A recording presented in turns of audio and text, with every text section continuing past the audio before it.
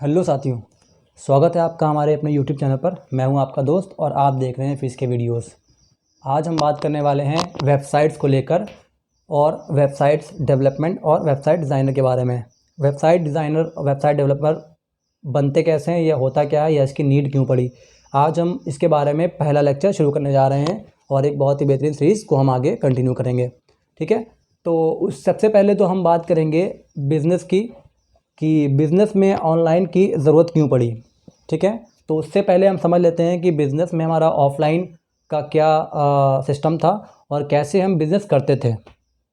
ठीक है, क्योंकि ऑफलाइन सिस्टम की जो हमारा ऑफलाइन बिज़नेस था उसकी कुछ लिमिटेशन थी, जिसके वजह से हमें ऑनलाइन शिफ्ट होना पड़ा या धीरे धीरे ऑनलाइन हम शिफ्ट होते गए। ठीक है, तो पहले हम बात कर लेते हैं कि ऑफलाइन हमारी क्या क्या लिमिटेशन थी। सबसे पहले था क्या, हमारा एक लिमिटेड एरिया था। हम एक लिमिटेड क्षेत्र में ही अपना बिज़नेस कर पाते थे। ठीक है, जिसकी वजह से हमारा मतलब तमाम चीज़ें बहुत ही लिमिटेड थी और हमारे पास लिमिटेड कस्टमर भी आया करते थे, क्योंकि हमारा एक शॉप था। शॉप में हमारे जितने भी हमारे जो नियरेस्ट थे वही कस्टमर हमारे पास आ पाते थे और हमारा बिज़नेस बहुत ही लिमिटेड था। ठीक है, कस्टमर को टाइम स्पेंड करना पड़ता था। वो आपकी शॉप पर आए, आपके कस्टमर शॉप पर आए, तमाम चीज़ें देखे, उसके बाद वो उसको सेलेक्ट करे। ठीक है, तो ये एक टाइम टेकिंग प्रोसेस था। धीरे धीरे ये चीज़ें ख़त्म करने के लिए ऑनलाइन सिस्टम की ओर बढ़ना शुरू किया। ऑनलाइन सिस्टम के फ़ायदे क्या क्या हैं। फ़ायदे की अगर हम बात करें ऑनलाइन सिस्टम में, तो सबसे पहले तो इसमें जो इसका जो मार्केट है, ऑनलाइन सिस्टम का जो मार्केट है वो एक ग्लोबल मार्केट है।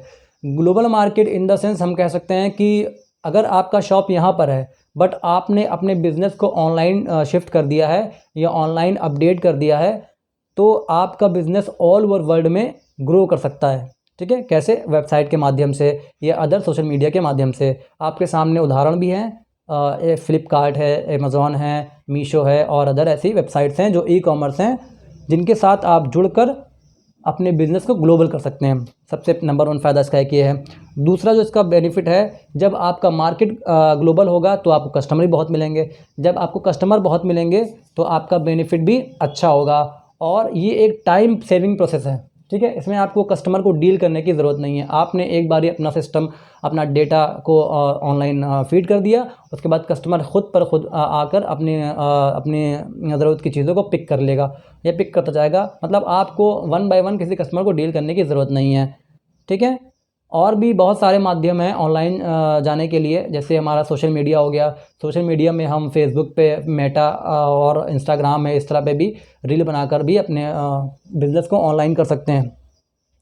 ठीक है, तो चलिए देखते हैं कंप्यूटर की स्क्रीन पर कि कैसे हम वेबसाइट के माध्यम से अपने बिज़नेस को ग्रो करते हैं और वेबसाइट कितने तरह की होती हैं। ठीक है, और हम ये भी देखेंगे कि वेबसाइट को बनाने के लिए हमें कौन कौन सी लैंग्वेज को सीखना पड़ेगा। जितनी भी लैंग्वेजेस होती हैं उनको सीखेंगे और उसके थ्रू खुद वेबसाइट बनाएंगे। ठीक है, ये एक बहुत ही ज़बरदस्त कोर्स होने वाला है और जो आप लोग के लिए बिल्कुल फ्री और इफ़ेक्टिव रहेगा। चलिए चलते हैं कंप्यूटर की स्क्रीन पर।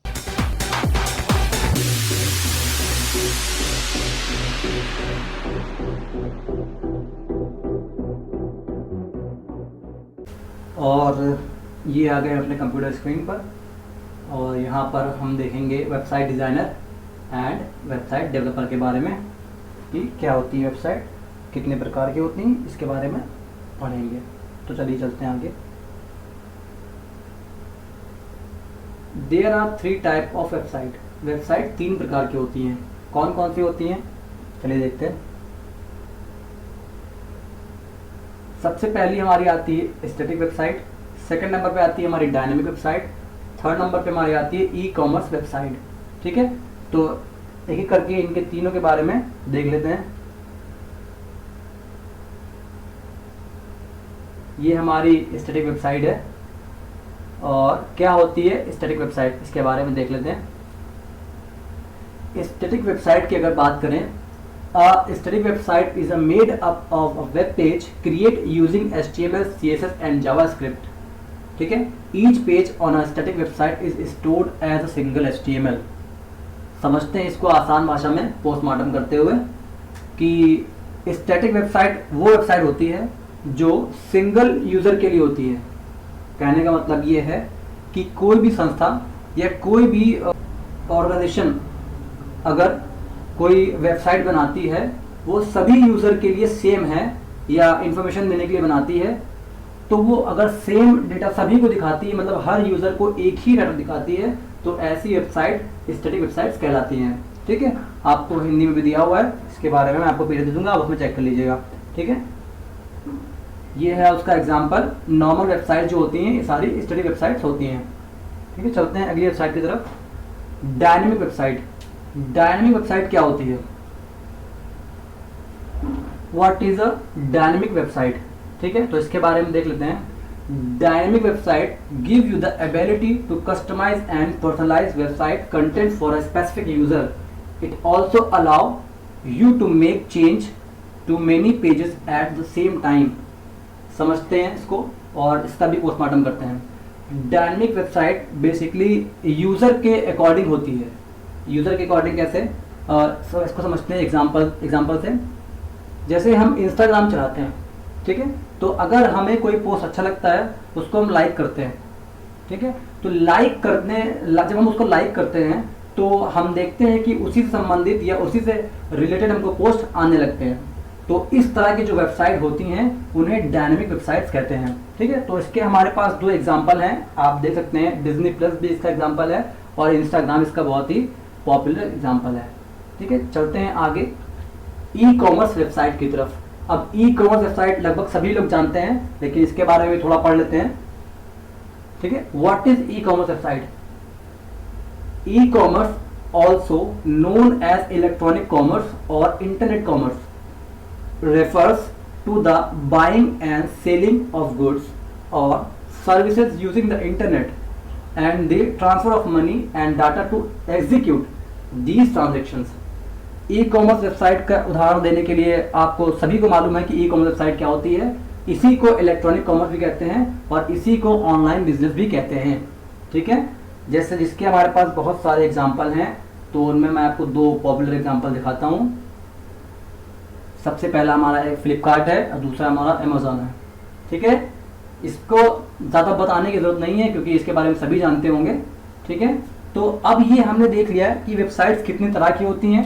ठीक है, अब हम ये समझेंगे कि इन वेबसाइट्स को बनाते कैसे हैं।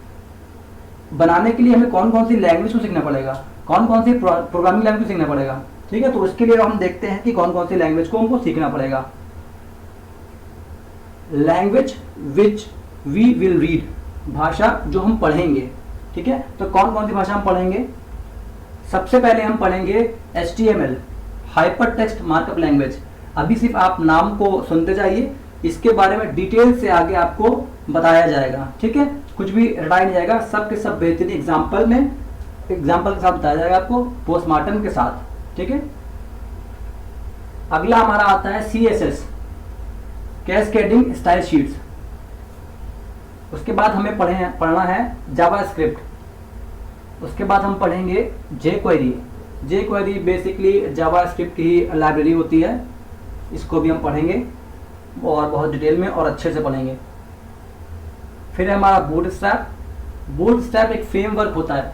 ठीक है, बूटस्ट्रैप बहुत ही अच्छी चीज़ है, इससे हमारा काफ़ी टाइम बचता है और बहुत ही बेहतरीन और इफेक्टिव वेबसाइट्स के लिए होता है ये।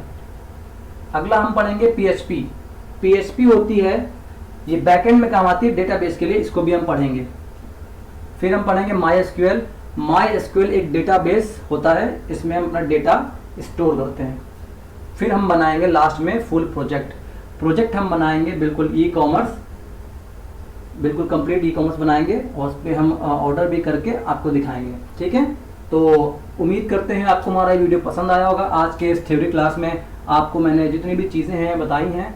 कल से मैं जब अपना लेक्चर नंबर 2 शुरू करूँगा तो उसमें आपको HTML पढ़ाऊँगा। HTML बिल्कुल शुरू से और बहुत ही बेहतरीन तरीके से एक पोस्टमार्टम करते हुए हर चीज़ का एकदम नॉर्मल भाषा में मैं आपको बेहतरीन तरीके से उसको पढ़ाऊँगा। आपको हर चीज़ एकदम बराबर समझ में आएगी, वो भी हिंदी में। ठीक है, तो मिलते हैं अगले वीडियो में, जब तक के लिए अपना ख्याल रखें। Thank you very much.